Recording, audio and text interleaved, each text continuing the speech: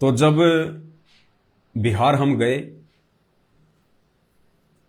तो दास को अंदर से महसूस हुआ कि अभी भी काफी संख्या में भाई बहन केवल देखा देखी में भोग लगा रहे हैं। अभी उनके अंदर से वो भाव प्रकट नहीं हो पा रहे हैं। ठीक है, वो भी अच्छी बात है कि हम देखा देखी में भोग लगा रहे हैं, लेकिन जब तक हम उस क्रिया को अंतःकरण से नहीं करेंगे, एक विशेष जिम्मेदारी मानकर नहीं करेंगे, तब तक हमें उस भोग के लगाने का भी विशेष लाभ नहीं मिलेगा। तो बहन ने बताया कि एक समय मैं 1 या 2 दिन के लिए कहीं घर से बाहर चली गई थी, पीहर में गई थी या कहां गई थी। उससे पहले रोज गुरुदेव को सुबह शाम बहन भोग लगाया करती थी हलवे राम का। और 2-3 दिन के बाद जब बहन घर पे वापस आई और जब बहन रसोई में गई तो बहन ने बताया कि वहां पे परमपिता परमेश्वर सतगुरु रामपाल जी भगवान बैठे हुए थे। उस रसोई में हमारे पूज्य गुरुदेव भगवान, ये सारी सृष्टि के जगन्नाथ बैठे हुए थे। और बहन ने कहा कि गुरुजी आप रसोई में बैठे हो। तो परमात्मा ने कहा कि बेटी, मैंने 2 दिन से खाना नहीं खाया, मैं 2 दिन से भूखा बैठा हूं बेटी, 2 दिन से मैंने खाना नहीं खाया।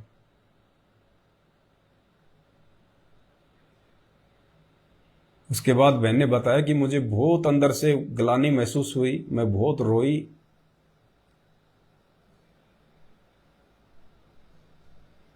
क्योंकि हम तो यही सोच रहे थे कि भाई चलो सुबह शाम फॉर्मेलिटी में गुरुजी को भोग लगा दिया, देखा देखी में गुरुजी को भोग लगा दिया। ये परमात्मा अपने भगत का भोग स्वीकार करने के लिए आता है सूक्ष्म रूप से, जैसे द्रौपदी का चीर बढ़ाया सूक्ष्म रूप से। और जब हम प्रार्थना करते हैं परमात्मा से भोग की थाल आगे रख के कि हे परमपिता परमेश्वर, सारी सृष्टि के रचनहार कबीर परमात्मा सतगुरु रामपाल जी भगवान, आप जी का भोग प्रसाद तैयार है, आप अपनी पवित्र रसना से इसे पवित्र करने की कृपा करें। जब हम ये शब्द कहते हैं कि आप अपनी पवित्र रसना से इसे पवित्र करने की कृपा करें, तो परमात्मा अपनी पवित्र रसना से, अपनी पवित्र जिह्वा से उस भोग को स्वीकार करते हैं। परमात्मा उसको खाते हैं, उसको ग्रहण करते हैं। उसके बाद वो अमृत बनता है, वो प्रसाद बनता है। और उस प्रसाद को खाने से फिर हमारे गीता जी के अनुसार जन्म जन्मांतरों के पाप कर्मों का नाश होता है। वरना अगर भगवान भगत के भोग को स्वीकार ना करे, अपनी पवित्र रसना से उसे पवित्र ना करे, तो हमारे पाप कर्म हल्के नहीं हो सकते, हमारी श्रद्धा, हमारे भाव हमारे गुरुदेव में नहीं बन सकते। तो गुरुजी ने कहा कि बेटी मैं 2 दिन से भूखा हूं, तू कहां चली गई थी, मुझे खाना क्यों नहीं खिलाया।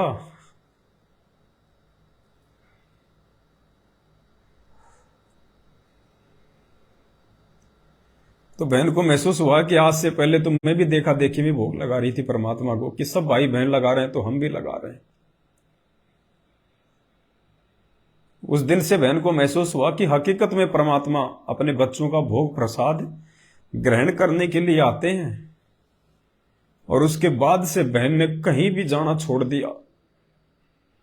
थोड़ी बहुत मोह ममता उसकी जो अपने पीहर में थी, अपने माँ बाप की तरफ थी, उनसे मिलने की इच्छा होती थी, बहन ने वहां भी जाना छोड़ दिया कि मेरे भगवान को छोड़ के, मेरे परमात्मा को छोड़ के मैं कहीं नहीं जाऊंगी, अपने घर पे रहूंगी, परमात्मा की भक्ति करूंगी, उनको प्रसन्न करूंगी।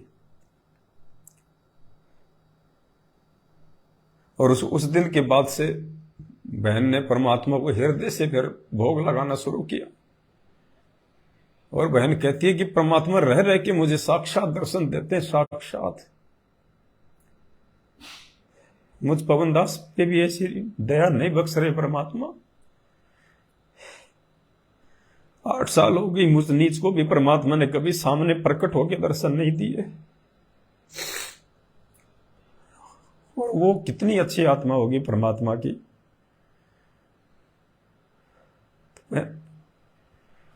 हमने कोशिश करना है उस बहन के जैसा बनने का, उस बहन के जैसे भाव अपने अंदर लाने का। हम देखा देखी में भोग लगा देते हैं, जल्दबाजी में भोग लगा देते हैं, समय पे भोग नहीं लगाते।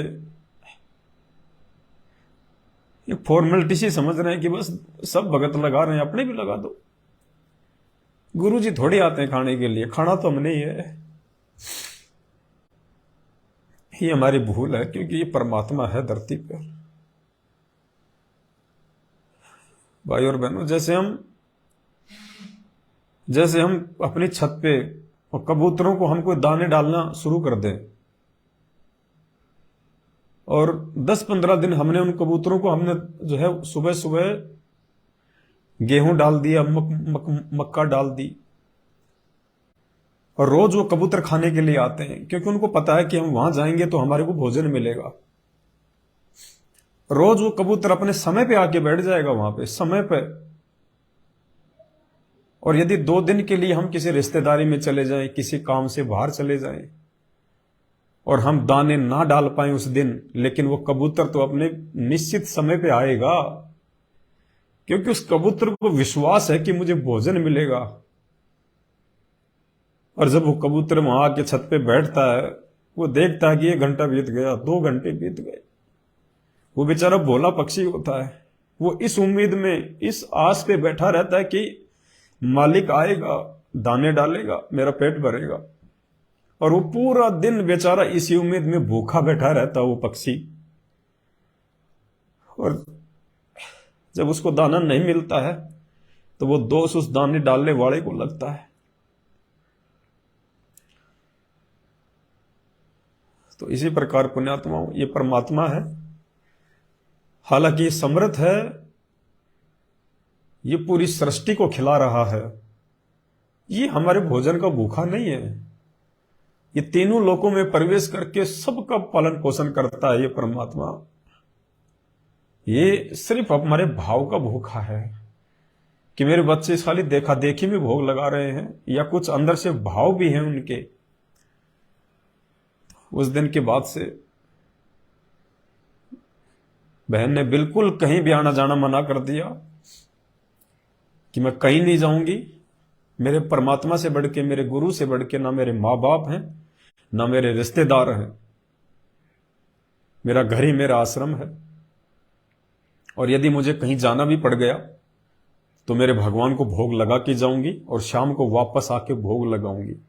मेरे परमात्मा को खाना खिलाने के समय पे मैं वापस आऊंगी। तो एक तो हमने ये बहुत बड़ी सीख उस बहन से लेनी चाहिए कि हम देखा देखी में भोग ना लगाएं गुरुदेव को। ये परमात्मा है, और ये आता है भाई बहनों, आता है।